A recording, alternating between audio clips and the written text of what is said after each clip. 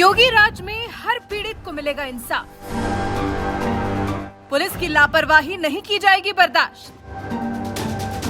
देखते हैं कल्चर से बाहर आने के लिए योगी के सख्त आदेश।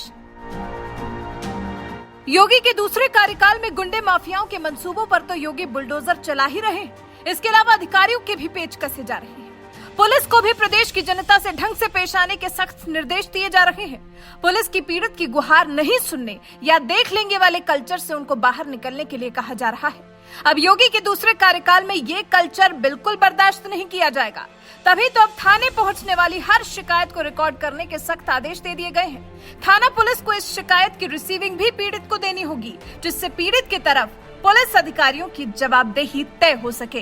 फिर उसके बाद पीड़ित की शिकायत पर आगे की पड़ताल की जाएगी। पुलिसिंग व्यवस्था में सुधार के लिए पुलिस कमिश्नर आलोक सिंह ने तीनों जोन के डीजीपी, एडीसीपी और एसीपी को ये निर्देश जारी किए हैं। कमिश्नर ने हर थाने स्तर पर ऐसा रजिस्टर बनाने के लिए कहा है जिसमें आने वाली हर शिकायत की एंट्री की जाए। शिकायत की एंट्री और पीड़ित के पास रिसीविंग होने से थाना पुलिस की जवाबदेही बढ़ जाएगी। थाना स्तर पर ये जवाबदेही तय करना इसलिए जरूरी था क्योंकि अभी तक तो थानों में कोई बड़ी घटना होने पर ही पुलिस दिलचस्पी दिखाती थी, लेकिन छोटी छोटी बातों के लिए पुलिस के पास पहुंचने वाले लोगों को न्याय से वंचित रह जाना पड़ता था। मारपीट, झगड़ा, मोबाइल चोरी या स्नैचिंग, बाइक चोरी, घरेलू प्रताड़ना जैसी शिकायतों पर अमूमन टालमटोल का ही रवैया देखने को मिलता था। शिकायत देने पर भी पीड़ित को कोई रिसीविंग नहीं दी जाती थी।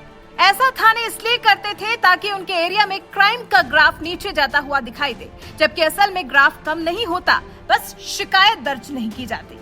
कई बार थाने में मौजूद ड्यूटी अफसर या अन्य पुलिसकर्मियों की लापरवाही में भी शिकायत दर्ज होने के बाद भी पड़ताल नहीं हो पाती क्योंकि जवाबदेही तय नहीं होती। वहीं कुछ मामलों में विपक्ष इतना प्रभावशील होता है कि शिकायत ही दबा दी जाती है। एफआईआर के लिए तो भटकना ही पड़ता है या फिर एसीपी, एडीसीपी, डीसीपी स्तर पर पीड़ित को गुहार लगानी पड़ती है। लेकिन अब ये लापरवाही, पुलिस थानों में ये रवैया बर्दाश्त से बाहर होगा। कमिश्नर के नए निर्देशों के बाद इस रवैये में बदलाव की उम्मीद जगी है। पुलिस कमिश्नर ने जिस तरह से थाना स्तर पर पुलिस वालों के नट कसे हैं, इसकी जानकारी उन्होंने ट्विटर के माध्यम से भी दी। दरअसल इसके पीछे की वजह थी सेक्टर 51 RWA की तरफ से सेक्टर 49 थाने में शिकायत करने के बाद भी रिसीविंग नहीं दिया जाना। सेक्टर 51 में 29 मई की रात को करीब 1:30 बजे कुछ अराजक तत्वों ने सिक्योरिटी गार्ड्स पर पत्थर फेंके थे।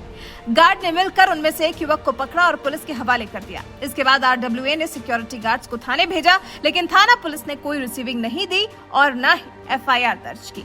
आरोप लगाया गया था कि इससे पहले भी ऐसे अराजक तत्व पुलिस के हवाले किए गए थे, लेकिन बगैर तहकीकात के उन्हें छोड़ दिया गया था। यही जो पुलिस का ढुलमुल और लापरवाही वाला रवैया है, देखते हैं वाला जो कल्चर है ना, इसी को खत्म करने के लिए इतना बड़ा स्टेप उठाया जा रहा है। इससे निश्चित तौर पर थाना स्तर पर काम बढ़ेगा और हर इलाके के हर पीड़ित को न्याय मिल सकेगा। अब देखते हैं कि इससे भी बच निकलने के लिए थाना स्तर पर पुलिसकर्मी क्या तरीका निकालते हैं। हालांकि उन्हें यह समझना होगा कि योगी के पहले कार्यकाल में तो जो हो गया, लेकिन इस कार्यकाल में काम में अगर कोताही किसी भी तरह से की जाएगी तो योगी के सामने कोई इफ बट नहीं होता, बल्कि वो सीधा सिर्फ एक्शन लेने में विश्वास करते हैं।